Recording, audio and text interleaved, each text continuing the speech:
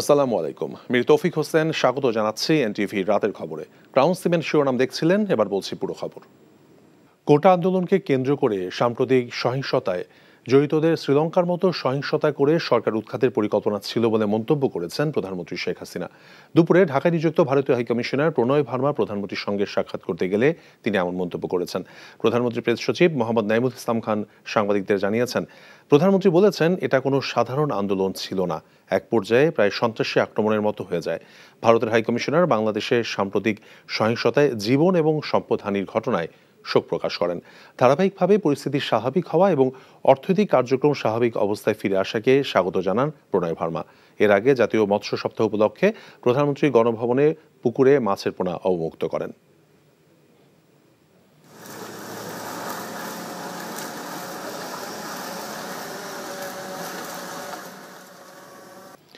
সাম্প্রতিক সহিংসতার ঘটনা তদন্ত করতে ইতিমধ্যেই জাতিসংঘ সহ আন্তর্জাতিক সংস্থাগুলোর সহযোগিতা চাওয়া হয়েছে উল্লেখ করে প্রধানমন্ত্রী শেখ হাসিনা বলেছেন, তিনি চান পুরো ঘটনার যথাযথ তদন্ত হোক, যাতে এর সাথে জড়িতদের সবাই শাস্তি নিশ্চিত করা যায়।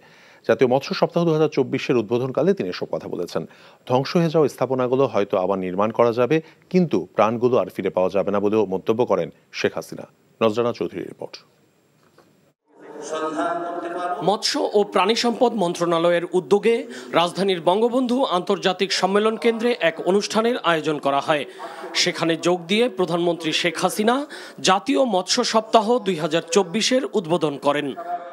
গত 15 বছরে তার নেতৃত্বাধীন সরকার দেশকে এগিয়ে নিয়ে যাওয়ার জন্য কাজ করে যাচ্ছেন উল্লেখ করে প্রধানমন্ত্রী শেখ হাসিনা বলেন, দেশের এই অগ্রযাত্রাকে ব্যাহত করার জন্যই পরিকল্পিতভাবে সহিংসতা চালানো হচ্ছে।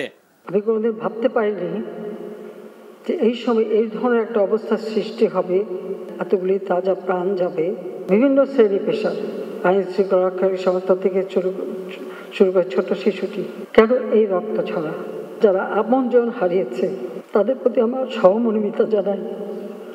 যারা আমি নিজে দেখেছি, এখনো বহু, এমনকি কালকে একটা ছোট শিশুকে পর্যন্ত দেখলাম। এটা অত্যন্ত কষ্টকর। স্থাপনা যেগুলি ধ্বংস করছে সেগুলি তো পুনর্গঠন করা যাবে, কিন্তু যে প্রাণগুলি ঝরে গেল সেগুলি তো আমরা ফিরে পাবো না। এই যে একটা ঘটনা ঘটিয়ে গোলাপাড়িতে মাছ শিকার করে দেশকে পিছনে টেনে নেওয়ার এই চক্রান্তে যারা জড়িত, সেটা আপনাদের খুঁজে বের করা উচিত। শিক্ষার্থীদের সব দাবি মেনে নেওয়ার পরও যে ইস্যু নেই, সেই ইস্যু নিয়ে আন্দোলনের নামে ধ্বংসযজ্ঞ চালানোর মাধ্যমে দেশের ভাবমূর্তি কেন নষ্ট করা হলো, সেই প্রশ্ন রাখেন শেখ হাসিনা। কারা এই ঘটনা ঘটিয়েছে তা যথাযথ তদন্ত করার জন্য তিনি কারো দাবির জন্য বসে না থেকে শুরুতেই বিচার বিভাগীয় তদন্ত কমিটি গঠন করেছেন বলেও জানান তিনি। কারো দাবির অপেক্ষা আমি রাখিনি, আমি তার আগেই জুডিশিয়াল কমিটি করে দিয়ে, এবং আজকে আবার আমি নির্দেশ দিয়েছি, আমরা একজন জজ সাহেবকে দিয়ে করেছিলাম, সেখানে আমি বলেছি আরও 2জন লোকবল বৃদ্ধি করে দিয়ে এবং তার তদন্তের পরিধি বাড়ানো। সেই সঙ্গে আমরা জাতিসংঘের কাছে আবেদন করেছি, আন্তর্জাতিকভাবে বিভিন্ন সংস্থা আছে তাদের কাছে আমরা সহযোগিতা চাই যে এই ঘটনার যথাযথ সুষ্ঠু তদন্ত এবং যারা এর সঙ্গে দোষী তাদের সাজার ব্যবস্থা। আমি জানি যেখানে আমার কোনো ঘাটতি ছিল না। গভীর সমুদ্রে মৎস্য আহরণের জন্য বিনিয়োগকারীদের প্রতি আহ্বান জানান প্রধানমন্ত্রী। নজরানা চৌধুরী, এনটিভি নিউজ, ঢাকা। সাবেক ছাত্রনেতাদের সাথে মত বিনিময় না করে মিডিয়ায় বক্তব্য দেয় তোপের মুখে পড়েন আওয়ামী লীগ সাধারণ সম্পাদক ওবায়দুল কাদের। বক্তব্য শেষ হবার আগেই উপস্থিত ছাত্রনেতারা সভাস্থল ত্যাগ করে ক্ষোভ প্রকাশ করেন। রাজধানী বঙ্গবন্ধু এভিনিউয়ে দলীয় কার্যালয়ে সাবেক ছাত্রনেতাদের সাথে মত বিনিময় সভায় ঘটনা ঘটে। সেখানে ওবায়দুল কাদের অভিযোগ করেন, 2013-14 সালের মতো বিএনপি জামায়াত পুনরায় আগুন সন্ত্রাস সংগঠিত করেছে, বিভিন্ন স্থাপনায় আঘাত এনেছে। পদ্মা সেতুতেও আঘাত হানার চেষ্টা চালালে স্থানীয় এবং আইনশৃঙ্খলা বাহিনীর বাধার মুখে তা ব্যর্থ হয়। অভিমান ভুলে এই অপশক্তিকে আর প্রশ্রয় দেওয়া হবে না জানিয়ে সবাইকে ঐক্যবদ্ধভাবে লড়াই করার আহ্বান জানান ওবায়দুল কাদের। পুনরাবৃত্তি ঘটেছে।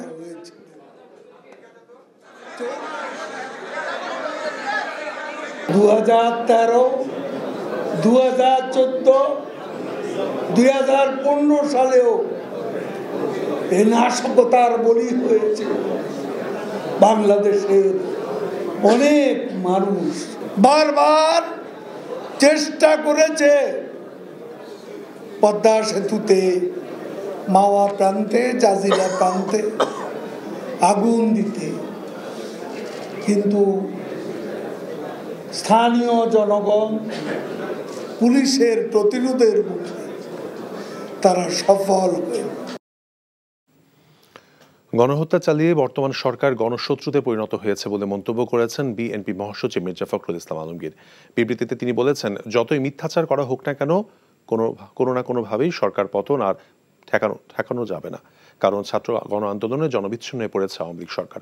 তিনি বলেন, শিক্ষার্থীদের আন্দোলন দমন করতে যেভাবে নির্বিচারে হত্যা করা হয়েছে তা আন্তর্জাতিক অপরাধ আদালতে বিচারযোগ্য। কোটা সংস্কার আন্দোলনে গুলি চালানোর প্রমাণ থাকার পরও আইনশৃঙ্খলা বাহিনীর কর্মকর্তাদের গ্রেফতার না করে অপরাধীদের খুঁজে বেড়ানো এবং তা ধরিয়ে দেওয়ার আহ্বান উপহাস ছাড়া আর কিছুই নয়। তিনি আরও বলেন, ব্লক রেড দিয়ে ত্রাসের পরিবেশ তৈরি করা হলেও তা উপেক্ষা করে ছাত্ররা নতুন উদ্যমে আন্দোলন এগিয়ে নিচ্ছে জনগণের সমর্থনে। সন্ত্রাস দমন আইনে জামায়াত শিবিরের রাজনীতি নিষিদ্ধের প্রক্রিয়া চলছে বলে জানিয়েছেন স্বরাষ্ট্রমন্ত্রী আসাদুজ্জামান খান কামাল। বিকেলে সচিবালয়ে সাংবাদিকদের প্রশ্নের জবাবে একথা বলেন তিনি। মন্ত্রী আরও জানান, দেশের সুশীল সমাজ এবং বিভিন্ন রাজনৈতিক দল জামায়াত ইসলাম এবং ছাত্র শিবির নিষিদ্ধের বিষয়ে তাদের মত দিয়েছেন। সাম্প্রতিক সহিংসতায় জামায়াত ইসলাম এবং শিবিরের সংশ্লিষ্টতা পাওয়ার দাবি জানিয়ে মন্ত্রী বলেছেন, সেজন্য সন্ত্রাস দমন আইনে সংগঠনটি নিষিদ্ধের প্রক্রিয়া চলছে। এর আগে জাতিসংঘের প্রতিনিধির সঙ্গে বৈঠক করেন মন্ত্রী। এ সময় বর্তমান সংকট উত্তরণে সরকার কি করছে প্রতিনিধি দলের এমন প্রশ্নের জবাবে মন্ত্রী তাদেরকে বলেছেন, শিগগিরই সান্ধ্য আইন তুলে নেওয়ার পাশাপাশি সেনাবাহিনীকে ব্যারাকে ফিরিয়ে নেওয়া হবে।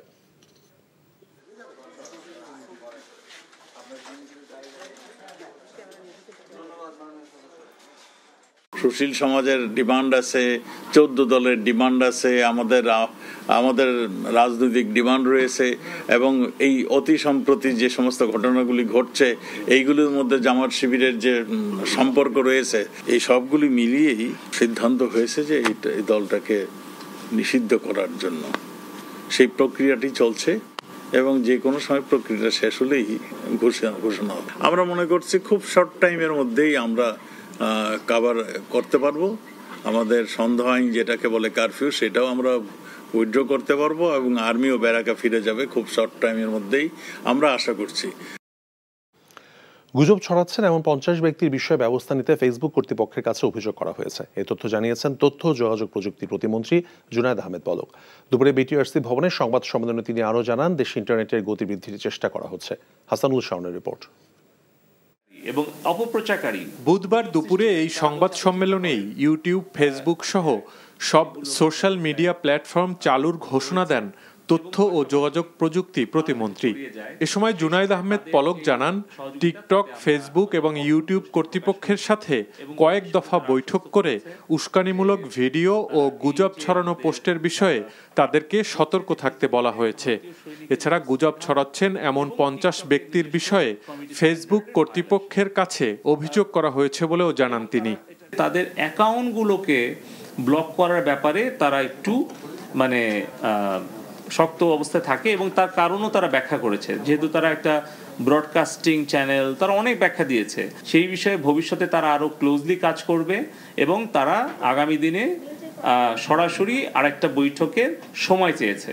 এ সময় Junaid Ahmed Palak জনগণকেও social media platform ব্যবহারে দায়িত্বশীল হওয়ার আহ্বান জানান। একটা চক্র কিন্তু সবসময় তৎপর আছে, তারা দেশে বিদেশে খুব সক্রিয় আছে। তাই আবারও অনুরোধ করব যে আমরা আমাদের সকল সোশ্যাল মিডিয়া কমিউনিকেশন অ্যাপ্লিকেশন সবগুলো আমরা উন্মুক্ত করে দিচ্ছি। আমাদের ইন্টারনেটের সর্বোত্তম ব্যবহারটা আমরা যেন ইতিবাচক করি, কিন্তু ইন্টারনেটের সোশ্যাল মিডিয়ার কোনো নেতিবাচক ব্যবহার যেন আমরা না করি। এছাড়া জনগণ যাতে পূর্ণ গতিতে ইন্টারনেট ব্যবহার করতে পারে সে চেষ্টা করা হচ্ছে বলেও জানান আইসিটি প্রতিমন্ত্রী। Hasanul Shaon, NTV news, Dhaka. আগামী রোববার 12টি সিটি কর্পোরেশন এবং নরসিংদী পৌরসভার এলাকাসমূহ ছাড়া দেশের সকল সরকারি প্রাথমিক বিদ্যালয় খুলে দেওয়ার সিদ্ধান্ত নিয়েছে সরকার। দুপুরে প্রাথমিক ও গণশিক্ষা মন্ত্রণালয় থেকে জারি করা বিজ্ঞপ্তিতে এই সিদ্ধান্তের কথা জানানো হয়েছে। বলা হয়, প্রাথমিক ও গণশিক্ষা মন্ত্রণালয়ের আওতাধীন সকল সরকারি প্রাথমিক বিদ্যালয় অনুমোদিত সময়সূচি অনুযায়ী খোলা হবে। তবে দেশের 12টি সিটি কর্পোরেশন এবং নরসিংদী পৌর এলাকার স্কুল বন্ধ থাকবে। প্রয়োজনে কারফিউয়ের সময়সীমা বিবেচনায় জেলা প্রাথমিক শিক্ষা কর্মকর্তারা স্কুলের সময়সূচির ব্যাপারে তাৎক্ষণিকভাবে সিদ্ধান্ত নিতে পারবেন। গত 17 জুলাই সারা দেশে স্কুল কলেজ অনির্দিষ্টকালের জন্য বন্ধ করা হয়েছিল। সুপ্রিম কোর্ট আইনজীবী সমিতির সভাপতি ব্যারিস্টার মাহবুবউদ্দিন খোকন বলেছেন, কোটা আন্দোলনকে কেন্দ্র করে বিভিন্ন মামলায় গণহারে শিক্ষার্থী এবং সরকার বিরোধীদের গ্রেফতার করা হচ্ছে। অপরদিকে আইনজীবী সমিতির সম্পাদক শাহ মঞ্জুরুল হকের দাবি, আন্দোলনকে পুঁজি করে একটি মহল সরকার বিরোধী অপতৎপরতা চালাচ্ছে। দুপুরে সুপ্রিম কোর্ট আইনজীবী সমিতি অডিটোরিয়ামে আলাদা সংবাদ সম্মেলনে তারা এসব কথা বলেন। সম্পাদক বলেন, প্রতিটি হত্যাকাণ্ডেরই আইন অনুযায়ী বিচার হবে। সভাপতি ব্যারিস্টার খোকন বলেন, পুলিশ যে নির্বিচারে গুলি করেছে তার প্রমাণ স্পষ্ট, কারণ আহতদের শরীরে যে গুলি বের করা হচ্ছে তা আইন শৃঙ্খলা রক্ষাকারী বাহিনী তা ব্যবহার করে। প্রতিটি হত্যার বিচার বিভাগীয় তদন্তেরও দাবি করেন তিনি।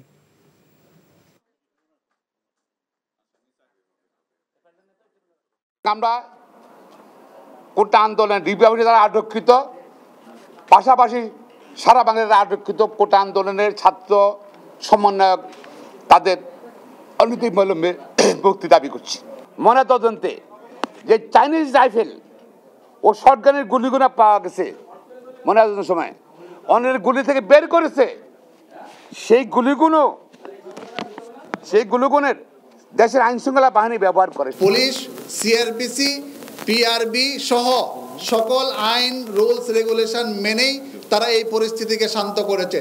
তাদের মনে বড় কষ্ট এই কারণে যে তারা যে কারণে একটি আন্দোলন করতে চেয়েছিল, সেই আন্দোলনটি স্থিমিত হয়ে যাওয়ার কারণে তারা আবারও চায় বিভিন্নভাবে এই আন্দোলনটিকে যাতে জিয়ে রাখতে পারে। কোটা সংস্কার আন্দোলনকে কেন্দ্র করে সহিংসতায় 16 জন শিশু নিহতের ঘটনায় বিচার বিভাগীয় তদন্ত চেয়ে বুধবার হাইকোর্টে রিট করা হয়েছে। রিটে প্রত্যেক শিশুর মৃত্যুর ঘটনায় বিচার বিভাগীয় তদন্ত কমিশন গঠনের নির্দেশনা চাওয়া হয়েছে। একই সঙ্গে প্রত্যেক শিশুর পরিবারকে 1 কোটি টাকা ক্ষতিপূরণ দেওয়ার নির্দেশ চাওয়া হয়েছে। আইনজীবী তৈমুর আলম খন্দকার এই রিট দায়ের করেন। এদিকে আন্দোলনকারীদের উপর গুলি না চালানোর নির্দেশনা এবং কোটা বিরোধী আন্দোলনের 6 জন সমন্বয়কের ডিবি হেফাজত থেকে মুক্তির নির্দেশনা চেয়ে রিটের শুনানি বুধবার হয়নি। বিচারপতি এস এম মাসুদ হোসেন দোলন অসুস্থতার কারণে ছুটি নেয় তা হচ্ছে না। গত সোমবার ও মঙ্গলবার আন্দোলনকারীদের উপর গুলি না চালানোর নির্দেশনা এবং কোটা বিরোধী আন্দোলনের 6 জন সমন্বয়কের ডিবি হেফাজত থেকে মুক্তির নির্দেশনা চেয়ে রিটের শুনানি হয়। ডিবি হেফাজতে থাকা বৈষম্য বিরোধী ছাত্র আন্দোলনের 6 জন সমন্বয়কের বিষয়ে রিটের শুনানি বুধবার হয়নি। একজন বিচারপতি অসুস্থ থাকায় শুনানি হয়নি বলে জানিয়েছেন রিটকারী আইনজীবী। শুনানি হলো না কারণ একজন বিচারপতি অসুস্থ, সে কারণে আদালত বসতে পারে। একটি বাসায় এসে মা তার সন্তানকে ঘুম পাড়িয়ে বারান্দায় এসেছেন, তাকে হত্যা করেছে একটি বুলেট, সে বুলেট জিজ্ঞেস করেনি আপনি কোন দল করেন। এবং আমার মনে হয় আমাদের বিভিন্ন বাহিনী, সেনাবাহিনী, পুলিশ বাহিনী, র্যাব, বিজিবি, তাদের সন্তানরা তো বাংলাদেশে রয়েছেন। তাদের সন্তানরা কি এই যে হুমকি প্রত্যেক নাগরিকের বিরুদ্ধে, যে বাসায়ও নিরাপদ নয়, তাদের ক্ষেত্রে কি এই হুমকিটা কার্যকর নয়? কোটা আন্দোলনে নিহত 16 শিশুর বিষয়ে বিচার বিভাগীয় তদন্ত এবং নিহতদের প্রত্যেক পরিবারকে 1 কোটি টাকা করে ক্ষতিপূরণ দেওয়ার নির্দেশনা চেয়ে হাইকোর্টে রিট দায়ের করেছেন সুপ্রিম কোর্টের আইনজীবী অ্যাডভোকেট তৈমুর আলম খন্দকার। যারা ঘরের ভিতরে বসা শিশু রইল, তাদের হত্যাটা কীভাবে হইল? আমি তদন্ত চাই। জুডিশিয়াল ইনকোয়ারি চাই। 3 সদস্য বিশিষ্ট শিশু যারা মৃত্যুবরণ করছে, গুলিতে মৃত্যুবরণ করছে, তাদেরকে পিতামাতাকে প্রত্যেককে 1 কোটি টাকা করে ক্ষতিপূরণ দেওয়ার জন্য আমি সরকারের কাছে আবেদন জানাই রিট করছি। ঢাকা মহানগর গোয়েন্দা পুলিশের প্রধান অতিরিক্ত কমিশনার মোহাম্মদ হারুন রশিদকে বদলি করা হয়েছে। বুধবার এই বিষয়ে প্রজ্ঞাপন জারি করা হয়েছে। এতে জানানো হয়, ডিবির অতিরিক্ত কমিশনার হারুন রশিদকে বদলি করা হয়েছে। চলমান কোটা সংস্কার আন্দোলনের 6 জন সমন্বয়কের সাথে নৈশভোজ এবং পরবর্তীতে ছাত্রদের কাছ থেকে আন্দোলন প্রত্যাহারের ভিডিও স্বীকারোক্তি আদায় নিয়ে সমালোচনা শুরু হওয়ার মধ্যেই তাকে বদলির আদেশ দিল সরকার। তিনি ডিএমপির অতিরিক্ত কমিশনার ক্রাইম হিসেবে নিয়োগ পেয়েছেন।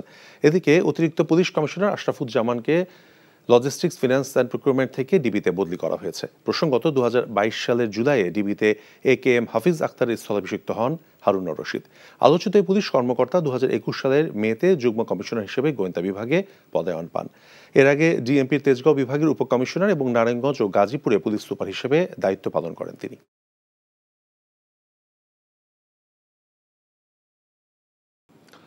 ছাত্র আন্দোলনে সহিংসতার দায় বিরোধী দলের উপর চাপিয়ে নিজেদের অপকর্ম আড়াল করতে চায় সরকার, এমন অভিযোগ করেছে গণতন্ত্র মঞ্চ। বিজয়নগরে সংক্ষিপ্ত সমাবেশে কথা বলেন মঞ্চের নেতারা। কোটা সংস্কার আন্দোলনকে কেন্দ্র করে শিক্ষার্থী হত্যার প্রতিবাদ এবং বিচারের দাবিতে পুরানা পল্টন মোড়ে তাদের নির্ধারিত কর্মসূচি করতে দেয়নি আইন শৃঙ্খলা রক্ষাকারী বাহিনী। সকালে ওই এলাকায় মোতায়েন করা হয় বিপুল সংখ্যক পুলিশ। পরে বিজয়নগরে গিয়ে ফুটপাতে সংক্ষিপ্ত সমাবেশে গণতন্ত্র মঞ্চের নেতারা অভিযোগ করেন সারা দেশে আজ মৃত্যু পতাকায় পরিণত হয়েছে। বলেন রাষ্ট্রযন্ত্রকে ব্যবহার করে যেভাবে ছাত্র আন্দোলন দমন করা হয়েছে তা নজিরবিহীন। চলমান সংকট রাজনৈতিক এমন মন্তব্য করে তার রাজনৈতিকভাবে সমাধানের আহ্বান জানান তারা। আমাদের আইন শৃঙ্খলা রক্ষাকারী বাহিনী হাজার হাজার শিক্ষার্থীদের গ্রেফতার করছে, তার 87 থেকে 90% কোনো রাজনৈতিক পরিচয় নেই। আর অন্যদিকে বলছেন জামাত শিবির এটা করেছে। বন্ধুগণ, সরকারের প্রতারণা আজকে পরিষ্কার। তারা সমস্ত আন্দোলনকে ধ্বংস করতে চায়। সমস্ত আন্দোলনকে ধ্বংস করার জন্য আজকে সহিংসতার দায় চাপিয়ে যেভাবে তারা অতীতে করেছে সেইভাবেই তারা আজকে এই আন্দোলনকে ধ্বংস করতে চায়। শত শত ছাত্র তরুণ জনতাকে তারা হত্যা করেছে। ইতিমধ্যেই আমরা পরিষ্কার করে বলেছি এই হত্যার দায় দায়িত্ব সারা দেশব্যাপী তারা যে অরাজকতা তৈরি করেছে এর দায় দায়িত্ব বর্তমান সরকার এবং সরকারি দলকেই বহন করতে হবে। বর্তমান পরিস্থিতিকে অত্যন্ত দুঃখজনক বর্ণনা দিয়ে নির্বিচারে যে হত্যাকাণ্ড ঘটানো হয়েছে তা নিরপেক্ষ তদন্তের দাবি করেছেন জাতীয় পার্টির চেয়ারম্যান ও সংসদের বিরোধী দলীয় নেতা GM কাদের। তিনি বলেন এই সরকার স্বৈরাচারী সরকার। কোটা সংস্কার আন্দোলনকারীদের প্রতি জাতীয় পার্টির সমর্থন রয়েছে। গণহত্যার মতো ঘটনা ঘটিয়ে সরকার বর্তমানে যেটা করছে তার নিন্দা জানান GM কাদের। বিকেলে রংপুরের সার্কিট হাউসে সাংবাদিকদের কাছে তিনি এমন কথা বলেন। বেগম রোকেয়া বিশ্ববিদ্যালয়ের শিক্ষার্থী শহীদ আবু সাইদ নিহতের ঘটনায় গভীর শোক প্রকাশ এবং শ্রদ্ধা জানান তিনি।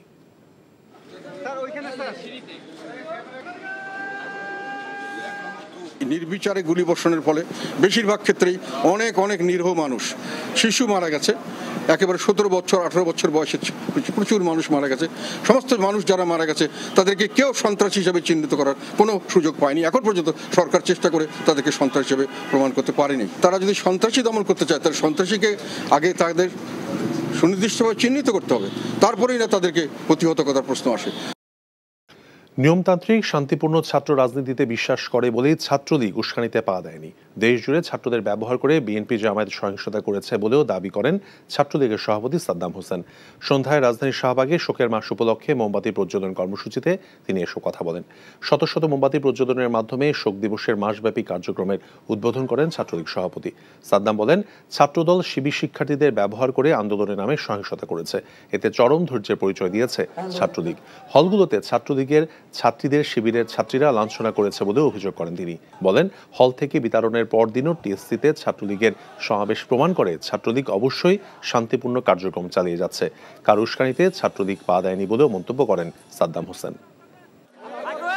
শিক্ষার্থীদেরকে সচেতন করছি যাতে করে বিএনপি জামায়াত যারা শিক্ষার্থীদের জনপ্রিয় আন্দোলনকে ব্যবহার করে ভিন্নভাবে নিজস্ব রাজনৈতিক এজেন্ডা বাস্তবায়ন করতে চায় সে ব্যাপারে যেন সচেতন থাকে। আমরা যে সতর্কতা দিয়েছি বাংলাদেশে কিন্তু পরবর্তী দেখা গেছে ঠিকই বিএনপি জামায়াত শিক্ষার্থীদের উপরে তাণ্ডব চালিয়েছে। তো সার্বিক পরিপ্রেক্ষিতে বাংলাদেশ ছাত্রলীগ শান্তির সাথে ক্যাম্পাসের নিরাপত্তার সাথে শিক্ষার্থীদের নিরাপত্তা যেটি যৌক্তিক ছিল, যেটি যথাযথ ছিল, যেটি দায়িত্বশীল ছিল সেটি করেছে বলে আমরা মনে করি। স্বেচ্ছায় চাকরি থেকে অবসর নিয়েছেন জাতীয় রাজস্ব বোর্ডের সদস্য ছাগল কাণ্ডে আলোচিত মতিউর রহমান। অর্থ মন্ত্রণালয়ের উপসচিব মকিমা বেগম সই করা প্রজ্ঞাপনে বলা হয়েছে মোহাম্মদ মতিউর রহমান চাকুরিকাল 25 বছর পূর্ণ হওয়ায় তার আবেদনের প্রেক্ষিতে সরকারি চাকরি হতে অবসর প্রদান করা হলো। তবে তিনি অবসরজনিত আর্থিক সুবিধা, অবসরের পর ছুটি এবং পেনশন পাবেন না। মতিউর রহমানের ছেলে ইফাত ছাগল কাণ্ডে সামাজিক যোগাযোগ মাধ্যমে ভাইরাল হওয়ার পর থেকে আলোচিত মতিউর রহমানের দুর্নীতি এবং অবৈধ সম্পদ অর্জনের বিষয়টি উঠে আসে। তথ্য অনুসন্ধানের পর 4 জুন তার বিরুদ্ধে দুদকে অভিযোগ জমা হওয়ার পর কমিশন তার বিরুদ্ধে অনুসন্ধানের সিদ্ধান্ত নেয়। 2024-25 অর্থ বছরের জন্য 6,760 কোটি 74 লক্ষ টাকার বাজেট ঘোষণা করেছে ঢাকা দক্ষিণ সিটি কর্পোরেশন ডিএসসিসি। এরই মধ্যে মশক নিয়ন্ত্রণ কার্যক্রমে 44 কোটি 25 লাখ টাকা বরাদ্দ রেখেছে এই সংস্থাটি। বুধবার ডিএসসিসির mayor barrister Sheikh Fazlul Taposh budget ঘোষণা করেন। বাজেটে জলাবদ্ধতা দূরীকরণে সরাসরি বরাদ্দ রাখা হয়েছে 100 কোটি টাকা। এছাড়া জলাবদ্ধতা নিরসনে পানির পাম্প ক্রয় এবং স্থাপনে বরাদ্দ রাখা হয়েছে আরও 1 কোটি টাকা। বাজেটে রাজস্ব আয়ের লক্ষ্যমাত্রা নির্ধারণ করা হয়েছে 1,503 কোটি 93 লক্ষ টাকা। এ সময় ঢাকাবাসীর সকল পরিবারের কর্মসংস্থান সৃষ্টির উদ্দেশ্যে এবং লক্ষ্য নিয়ে 5 বছর মেয়াদী ঢাকা হবে বেকারমুক্ত নগরী কর্মসূচি ঘোষণা করেন ডিএসসিসি মেয়র। এই ছিল রাতের খবরে। এই খবরের ভিডিও সহ আপডেট জানতে ভিজিট করুন এনটিভি অনলাইন www.ntvbd.com। এছাড়াও এনটিভির জনপ্রিয় সব অনুষ্ঠান এবং খবরের আপডেট জানতে ভিজিট করুন আমাদের ইউটিউব এবং ভেরিফাইড ফেসবুক পেজ। রাত 1টায় মধ্যরাতের খবর দেখার আমন্ত্রণ রইল।